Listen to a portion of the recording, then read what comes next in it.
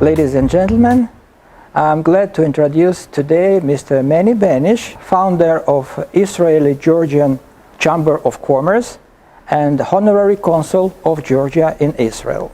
What are the main advantages of Georgia for potential investors? First of all, I would like to thank you for this interview. It's the first interview that I'm giving on video to any journal or a TV channel or whatever. So I think it's, first of all, it's important for me to say that I see Georgia, I see the potential, I see the opportunity of doing business in Georgia, and I'm sure that the cooperation between Israeli investors slash businesses within Georgia and within Georgian government or businesses, I'm sure that the potential is huge, and that was the reason that we established this Chamber of Commerce in cooperation of both countries, Ministry of Economy of Israel, Ministry of Economy of Georgia, and the Foreign Affairs of both countries. I think that as a businessman, I'm currently using most of the advantages that Georgia has. Mm-hmm. I started doing my business here many years ago. It was not so many, but 14 years ago, 2006, before the war with Russia. And we continue to work here even during the war, even the crisis that started right after that. And I think that right now I see the biggest advantage in Georgia by the young people here, by the motivation that we found here, which is dramatically different from any ex-USSR countries. And the kind of education they got, local education, foreign education, lots of motivated people in the age of 20 to 30 that currently getting salaries which is, if you compare it to Europe, if you compare it to Israel, if you compare it to US, they're very low, and the potential of growth and potential of developing this human resource is huge. And this is only one advantage. The additional advantages of Georgia in terms of doing business or creating opportunities is obviously in development of software, because we started, for example, 2.5 years ago, a huge cooperation with BTU University and the Ministry of Education in Georgia, and established a college that provided free studying of software development. It was front-end, and now we have 100 developers that working for Webiz, which is the largest software development company in Georgia that only provides services to Israeli companies. Mm-hmm. And you know, Israeli developer starts from $5,000 cost and ends up by $15,000 cost. So it might be difficult to find the level of a developer which costs in Israel $50,000, in Georgia maybe few. But not all the developers are like that, okay? And in fact, in Ukraine, right now, there are 50,000 developers that working only for Israeli companies, okay? There are about 35,000 developers missing in Israel. So we are looking for developers all over the world. And I think that the opportunities we found in Georgia to develop it from scratch, to find new skilled guys that want to be developers and get them enrolled into teams that work for Israeli companies, it's a huge opportunity that we are using it now. Now, on top of that, Georgia created some very specific tax regimes or tax structures that allows, for example, in tech or in high-tech sphere, the virtual zone structure that allows you to pay only 5% tax on dividend. For example, in Israel, if you start a high-tech company, you can get to up to 50-something% of tax. Okay, so if I pay in Israel, in Georgia, for example, 5%, I can pay only the additional tax on the dividend in Israel, which means about 20%. So I will end up with 25%, which is less than half. Then I'll have to pay in Israel. So if I bring an IP, I will bring a software development company to Georgia that provides services out of Georgia, I will pay 25% in total, which is huge difference. Okay. In addition to that, if you want to do enterprise in Georgia, to produce products in Georgia, the cost of electricity in Georgia is half from Israel. Okay, so and the gas of also is, I mean, if you need to use heat or huge power, you can use gas or you can use electricity. You can use gas. Even Israel is one of the biggest countries that can provide gas now, Okay, the gas for the Israeli citizens is still 5 times more expensive than in Georgia. Okay, so if you combine all this and you put on that Georgia is, in terms of doing business, number 7, I think. If you compare it to Israel, 49, you understand immediately that doing business in Israel is much, much more difficult than doing it in Georgia. The bureaucracy in Israel is huge. Okay, for every little thing you need to talk to 6, 7 ministries, and no one wants to take the responsibility, and they send you to the other guy, and the other guy, the other guy, and then you find out, spend a lot of money to do your business, and before you start, you already spent some millions. So I think that since we started several businesses in Georgia, not all of them successful, obviously, but we are doing well here. We have all the support that we need from the government. We have all the support that we need from any, let's say, official entity, official institution that we need to get the business done. And the government supporting any business that will employ, if it's young or if it's in Tbilisi or if it's outside of Tbilisi, if it's in the virtual zone or if it's in the free industrial zones that the government created. And I think that it's, in the end of the day, in the end of the line, the things that create opportunities. We just need to find the right people in Israel that will spend the visit to Georgia, spend the visit to check the numbers. One of the important advantages that Georgia has is a supportive government to foreign investments or any business investment that might be an employee of any kind of, if it's skilled, if it's young, if it's educated, or if it's uneducated. For example, outside of Tbilisi, most of the people still live outside of Tbilisi, and there are several industrial zones, free industrial zones that the government established by private investors, and basically they provide the same structure of tax, which means that as long as you export the product or the production, okay, you pay only 5% tax on profit, which is again huge advantage. Even in Israel, even if you go to special zones that you get, let's say, tax discount, you get to about 30% tax. So even there, it's a huge benefit. Now, another important thing that it's very important in any country that you start a new business is partners. And for me, probably I wouldn't do any business in Georgia without my partners. And I found them when they were young. They were motivated, they were educated, they were smart, and the most important thing, they were loyal.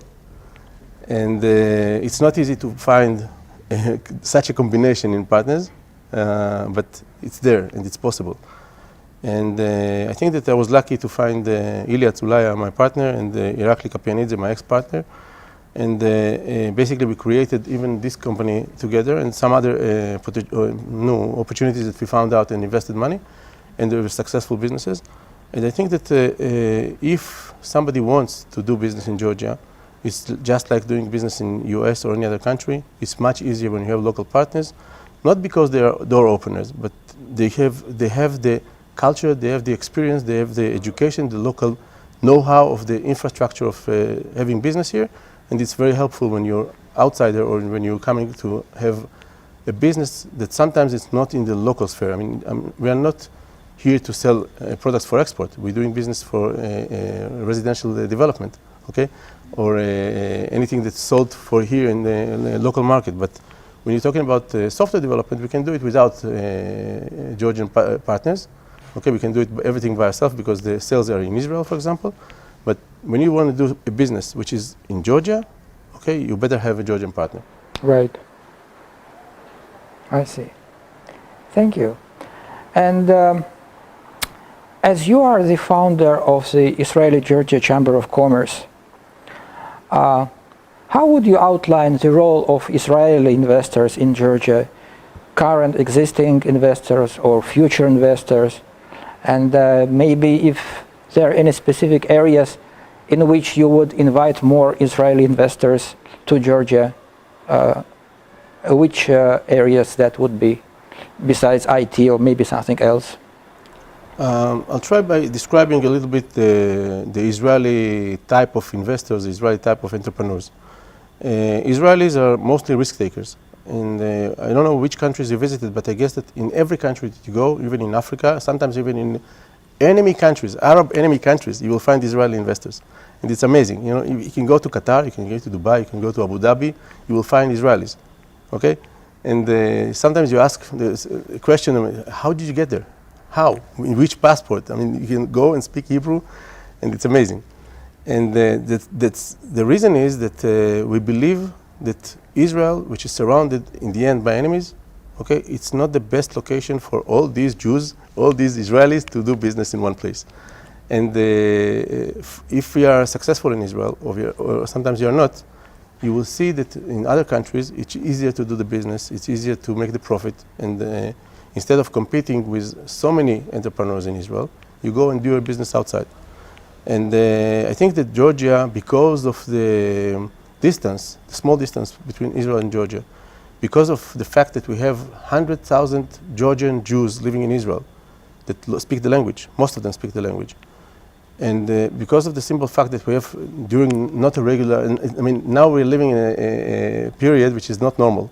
Okay, there's only one slight flight a week, and which even that one is not secured and guaranteed. So in normal period, we have some 5 or 7 flights a day to Tbilisi, 2 or 3 to Batumi. So it's very easy to come to Georgia and go back. Sometimes you can come and go back in the same day, which is very important for any businessman. And it's helping you to get the decisions and locate your business in a foreign country. Now, you asked me about what are the different industries or areas of business to get started in Georgia as Israeli companies. Look, Israel is not much bigger country than Georgia.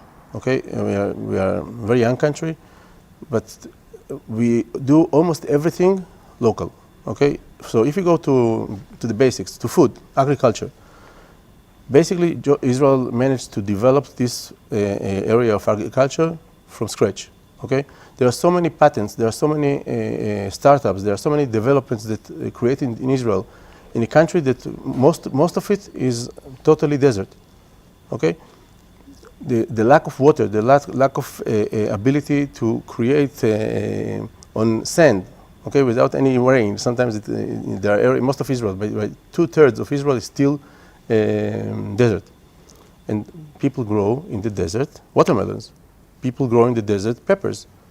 Okay, so it means that if you create something in a way that you can measure the investment in water, okay, and for example, in Tafim, which is the leader worldwide in agriculture in technologies, he was the pioneer of this area in Georgia, and now there are other companies that are pioneering, for example, controlling water and controlling huge agricultural plants by drones or by sensors that they know exactly which tree needs more water, okay?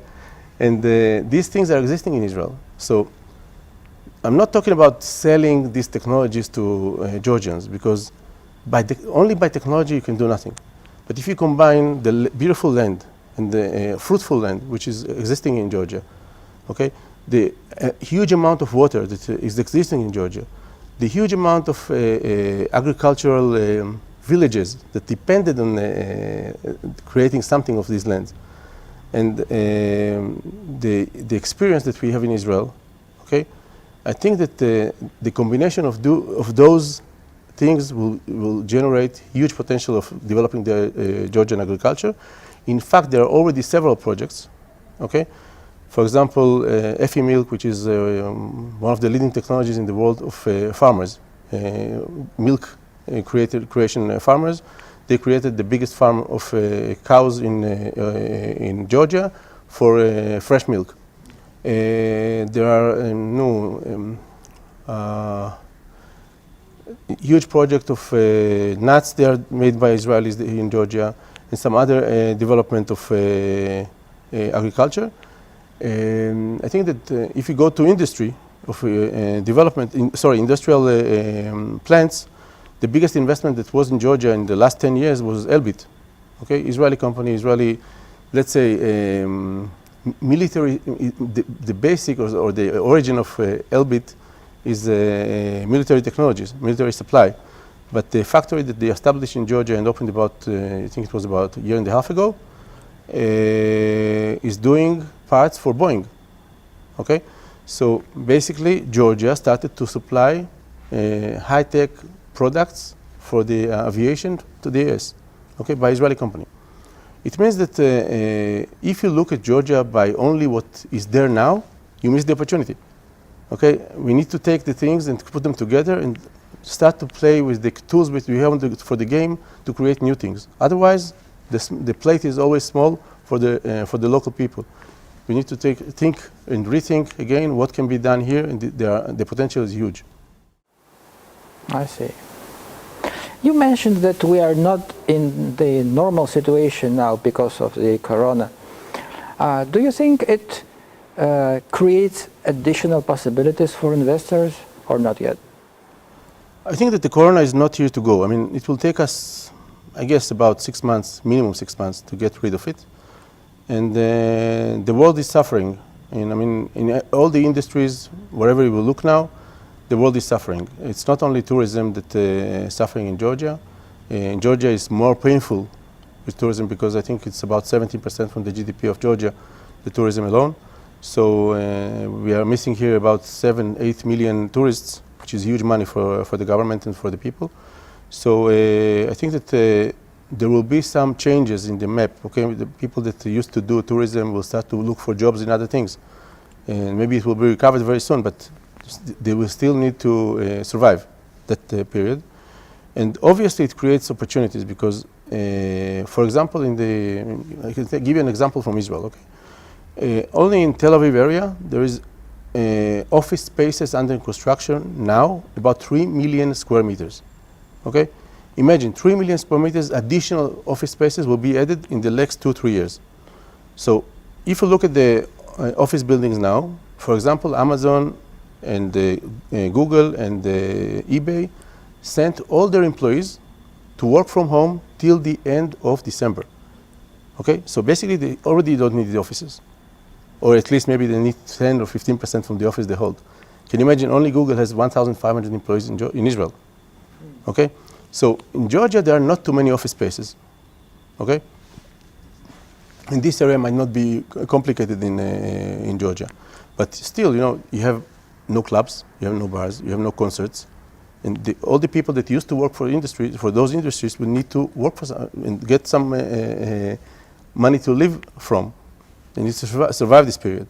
So I guess that if the government will find a way to take the potential problematic industries and start now to change the direction, to start now educating them, okay, I think it will be a huge advantage. For example, high-tech. And why high-tech is important, especially at that time? Because it doesn't matter where you live. You can live in Georgia and provide services to India. You can live in India and provide services to the US. Okay? If you call to any customer service in the US, it's very rare to get an American that answers you. Okay, most of them are Filipinos or Chinese. And even in Israel, okay, in Jerusalem, we have a huge call center that provides services to AOL. So you call to the AOL services, okay, and you get somebody that speaks to you from Jerusalem. Okay, and I think that the opportunity here that we have in this period to understand the problems or the problematic industries that we have now and try to solve them right now for the next 2-3 years. Because, you know, before the internet age, if you want to advertise a hotel, you have TV, you have newspapers. Okay, otherwise you don't exist. Now, it doesn't matter where is your hotel, you have booking, you have hotels.com. Okay, you can put your hotel on the mountain that nobody will ever find it, and on the internet, you can still have guests through the internet. And it's a huge advantage that we know we need, let's say, as Georgian government, I would advise to look for the things that can change the next generation. It can change the next 2-3 years that people get much more salaries. Okay, they can get for the local market, especially when we have crises like that. And it's not going to be solved easily. I see. I see. Well, let's imagine that we are talking to a potential investor, someone who came to your chamber, and so he is interested in Georgia, but still is undecided. What would you tell him? I think that any businessman that thinks about doing such a strategic decision to start a business in a different country or another country, he looks for an example, for something that already has been done, something that somebody was successful. I mean, nobody wants to start to invent the wheel. Okay, you always look how to make your wheel better than the other one. It's much easier. Okay, so I think that I would advise to focus first of all on what are the needs, what are the advantages that you're looking for. Okay, and then start looking for them in other countries. And I'm sure that once you compare the potential of Georgia to any other country, even China, which already is much more expensive than Georgia, and use the potential of a country that is located right next to Europe, okay, with railways developed roads, easy access to Europe through Turkey, easy access to Azerbaijan or Armenia or other countries that you can. For example, I'll give you another example, a very important one. Okay, from Israel you can't export to Arab countries because none of the Arab countries accept Israeli products. Okay, if you look at your business in Georgia, you can accept Iran, you can export to Iran, you can export to any Arab countries, which opens you 1 billion potential customers. It's huge potential. Okay, and I think that sometimes opening just an option to the investor, to the potential businessman, and offer the idea of doing something like that, it's much more than just another factory, or it's much more than just another office, or opening the Georgian market. Georgian market, with all the respect, is 3.5 million people, 3.7 million people. It's not a game changer. Okay, it can be another region, but it's not an investment that can be strategic for Israeli investors, for most of them. But if you look at Georgia as just a base to start the business and start selling your products from here, or making the logistic investments, or if you need to export from here to Turkey or Europe or Azerbaijan or any other ex-USSR countries, I think that the location is beautiful. The potential is huge, and I will tell you from my personal experience with the Eton factory, which we started to negotiate with Xela Group, the German company, I think it was about 6 years ago. And we finally finished the construction of the factory just a month ago. The process was long, the process was huge, but when you do some product that the delivery cost now for us, for example, we are importing the product from Bulgaria, and it costs us about 2 times more than the manufacturing of the product in Georgia. 2 times more, just the delivery. Okay, so the same thing is if you want to deliver it to Armenia, Azerbaijan, or parts of Turkey, because Turkey is a huge country, okay, and even to Russia. Okay, it's a unique product that if you want to construct your construction project with unique, let's say, energy efficient bricks, it's an amazing solution. And we saw the potential not only for the Georgian market. Okay, we can use in Archi a serious amount of the production. Okay, but it's not only for Georgia. It's also for Armenia. It's also for Azerbaijan. It's also for Turkey. It's also for Russia, because the distance for the delivery is much easier than Bulgaria. And even in Russia, I think there are 2 factories of Eton in Russia, but still the delivery from the factories to part of Russia, it's much more expensive than the delivery from Georgia. Okay, so I mean, we found out these terms and these ideas just by looking and just by digging into information and checking even the maps, okay, to find out what is the potential. And when you dig it and when you learn it and when you investigate it, you find the solutions. And here I think that in any ministry that you go, you have the partners and you have the know-how and you have, super motivated people, okay, that all they do is support you. I wish we had in Israel, for example, such a supportive attitude like we have in Georgia. Enterprise Georgia or Invest in Georgia. Let's say it's almost a ministry that provides services that only make your life easier. I never had in any country, I do business in some other countries, okay? I never had in any country such a supportive team by the government that all they do is make your life easier. Excellent. You mentioned your own projects in Georgia, and as a matter of fact, we're now sitting in the office of Archi, which also one of your big investment projects in Georgia, which is a construction company. Would you perhaps like to mention any particular experiences from Archi or other your own investment projects in Georgia? I think the Archi group, Archi basically, it's a beautiful example of what can be created by amazing partners, amazing abilities. Sometimes it's a combination of good people, good employees, good managers, good partners, and the vision that we had in terms of marketing, in terms of sales, in terms of branding, and the ability to look at the market not like okay, I'm going to build another building and sell some apartments, but to be number one in this industry. And I think that by the partners that I have, in this company, we have the same strategy. We came to the market, we came to the business, we came to the industry, not to be another developer, but to be number one company that provides not only the best product, not only the best apartment, not only the best locations, but also a family. A concept that will provide full service to the customer, not only once he buys the apartment, not only till he signs the contract, but we are there to remind him that it's a new year, we are there to remind him that it's his birthday, okay? And we are following and staying with him in kind of a relationship, even sometimes 10 years after, now it's 10 years, but it will be, I believe, even 30 years after he purchases his first apartment with us. So I think that the attitude is that we are getting into business to be a strategic player in the industry, and that's what we did in Archi. And by that investment, we developed also other industries, like, for example, Itong. It was one of the products we used for our construction, and then we moved another step and started to create the factory. For example, the hotel business that we have under development about 8 hotels in different areas of Georgia. Part of them in Tbilisi, in Bakuriani, in Black Sea, Kobuleti, in Kakheti, and we are moving on and on and on and going to make strategic investments for the group, which gives us more financial abilities, financial stabilities.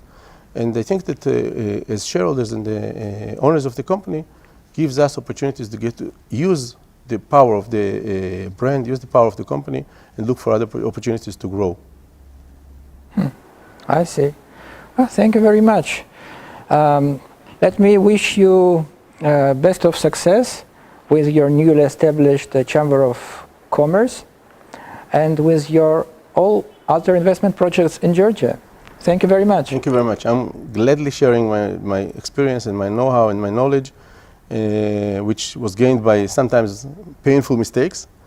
And I wish that anybody that will be a member of the Israel-Georgian Chamber of Commerce will gain or will use this experience and get the business done without all those things that we had suffered. But I will try to be as supportive and as, let's say, provide the best mattress for training and getting into this business as soon as possible, up and running.